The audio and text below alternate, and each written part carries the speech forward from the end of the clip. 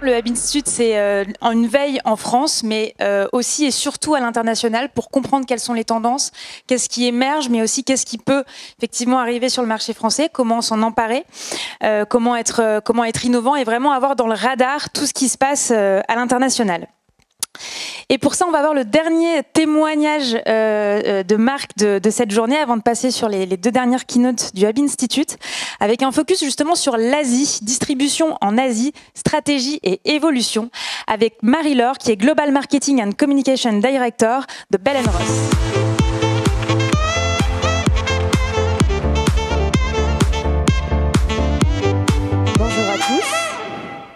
Bonjour à tous, donc Marie-Laure Trichard, effectivement je suis la directrice marketing et communication internationale de Bell & Ross.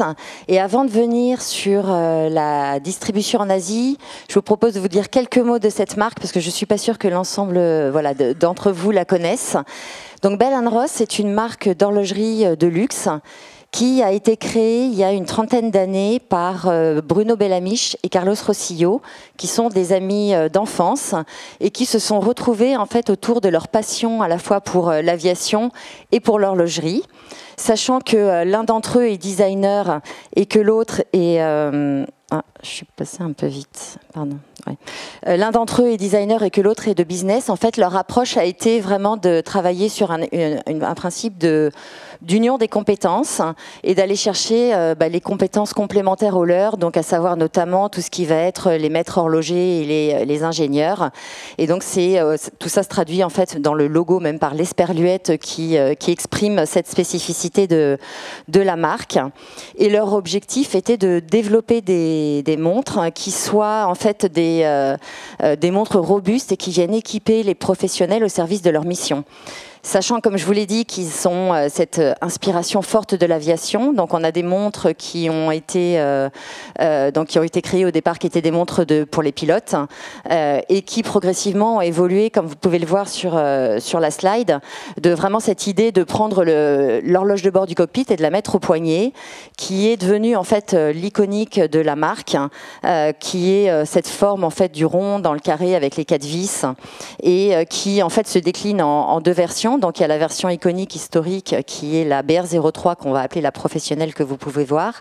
Et puis la version plus on va appeler Urban, donc c'est plus une montre bijou qui a été lancée plus récemment.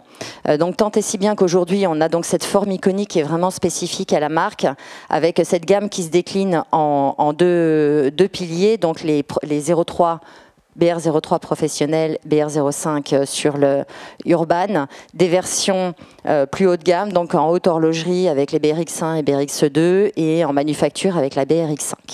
Donc la marque, comme je vous disais, en fait, elle a vraiment cette inspiration de l'aviation. Donc on a une identité de marque qui va être autour de l'aviation et du design, des codes couleurs vraiment autour du noir et blanc avec cette approche de minimalisme et de modernité et puis une marque virile.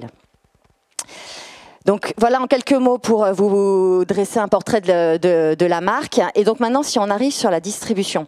Donc tout d'abord, je vais donner un petit peu des quelques données clés en fait sur la distribution et sur le business de l'horlogerie au niveau international, l'horlogerie suisse. Donc en fait, on a un business de l'horlogerie qui est un business véritablement international avec 50% qui est fait en Asie, 30% en Europe et 20% sur les Amériques.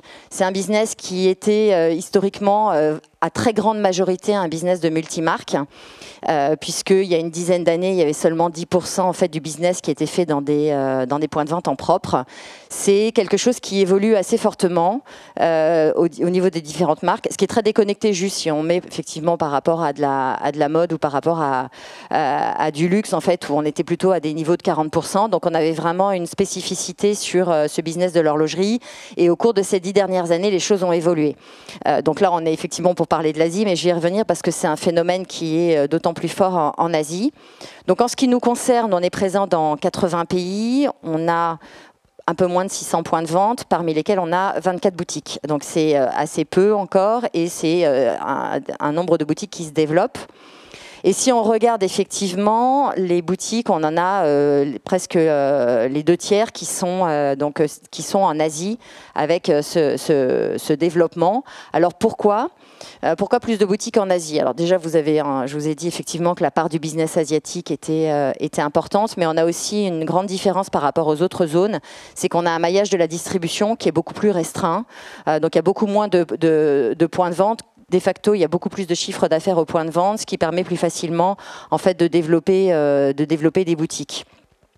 Donc on a effectivement ce premier élément et qui a eu un impact aussi, ce développement des boutiques a eu un impact dans les rapports avec les détaillants. Et les détaillants ont également un business qui est très significatif bien sûr. Et pour retenir les marques, leur objectif c'était de leur offrir en fait des surfaces d'expression qui soient attractives, sachant que les points de vente en fait ont des espaces qui sont plus importants. Donc il y a cette force d'avoir de la place et donc pour rééquilibrer on va dire un peu les rapports de force, ils ont proposé aux marques d'avoir des espaces d'expression, des surfaces d'expression qui soient supérieures, qui fait que vous vous retrouvez dans un business où en fait les boutiques multimarques sont principalement constituées de shop-in-shop. Donc vous êtes en fait finalement vous naviguez dans des micro-boutiques de chaque marque dans ces points de vente, avec deux approches en fait qui peuvent être différentes. Soit vous avez une approche du détaillant qui va vouloir donner une plus grande part donc aux grosses marques, donc avec des tiers un peu en fonction des tailles de business et donc des shop-in-shop qui vont être en fonction de la taille du business, ou alors une approche en fait qui va être plus de garder un peu le contrôle en fait justement des poids relatifs des marques et donc de donner à chacun on va dire 2-3 mètres carrés comme on peut voir ici, et donc d'avoir des espaces qui sont similaires. La force que ça va apporter, effectivement, c'est que les marques, comme vous pouvez le voir, en fait, ça permet d'avoir une micro-expression de la marque, mais quand même de faire en sorte que la marque puisse exprimer sa spécificité et puis également, de par cet espace qui est plus grand, en fait, d'avoir une exposition de montres qui est supérieure, donc des gammes plus larges, donc plus d'attractivité, et puis un espace de vente personnalisé qui permet aussi d'avoir une relation avec le client qui est plus positive. Donc on a donc cette spécificité, donc ce qui fait qu'effectivement, par rapport au reste du monde, donc on développe de plus en plus de shop-in-shop. Donc en nombre, en fait, ils augmentent, et en ratio également, puisqu'en fait, on va se retrouver désormais donc avec 70% de shop-in-shop qui se retrouvent en Asie. Donc c'est pour ça que je parlais de spécificité, c'est que c'est vraiment accentué là-bas.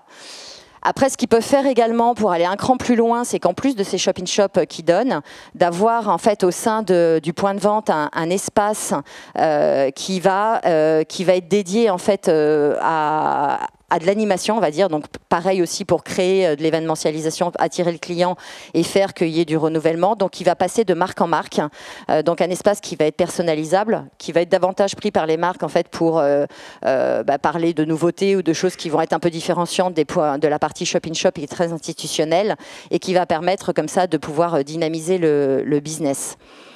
Donc en complément de ces shop-in-shop qui sont quand même la grande part, on a bien sûr, alors c'est pareil, c'est pas complètement spécifique à l'Asie, mais c'est quelque chose qui est également très fortement développé là-bas, des pop-up.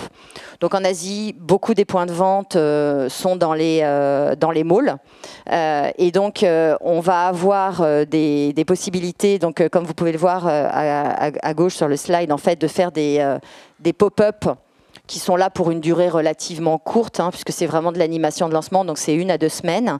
Et donc là, vous avez l'illustration d'un pop-up qui avait été fait pour le lancement de la gamme Manufacture BRX5, un pop-up modulaire en Chine, et qui donc en fait a voyagé en fait à travers le pays, dans différents malls justement pour renforcer en fait la visibilité de la marque.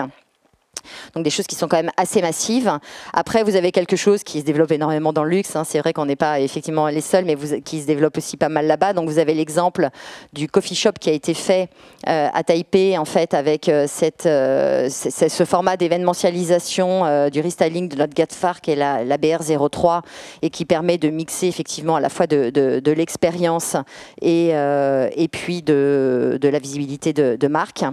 Et puis après, on a un autre type de pop-up. Alors ça, c'est plus rare, c'est plus opportuniste en fait, qui est celui du milieu, qui est un pop-up qu'on a pu faire à Tokyo, où là, en fait, vous avez vraiment une boutique éphémère, donc qui dure plus. Là, on était sur 3 mois, donc une opportunité de prendre une surface de vente et de pouvoir faire vivre sur la marque et donc de créer une animation tout autour. Donc c'est vrai que le Japon est un marché en fait qui est très fortement dynamique en fait sur l'horlogerie.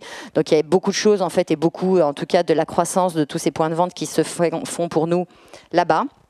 Et en complément de ça, ils organisent également ce qu'on va appeler des trunk shows, qui sont en fait des animations qu'ils vont faire dans des hôtels en fait où ils vont privatiser des salles et puis ils vont faire des stands, inviter à la fois donc les différentes marques et puis les clients. Donc c'est un peu créer un peu l'événement qui va créer des opportunités de présenter différemment, d'animer en fait leurs clients en pouvant les inviter dans des espaces plus importants et de faire comme ça, à la fois dynamiser le business et créer la relation. Donc voilà, j'ai fini le timing. Voilà un petit peu pour quelques éléments en fait sur notre stratégie et l'évolution qu'il peut y avoir en Asie par rapport au reste du monde. Merci beaucoup.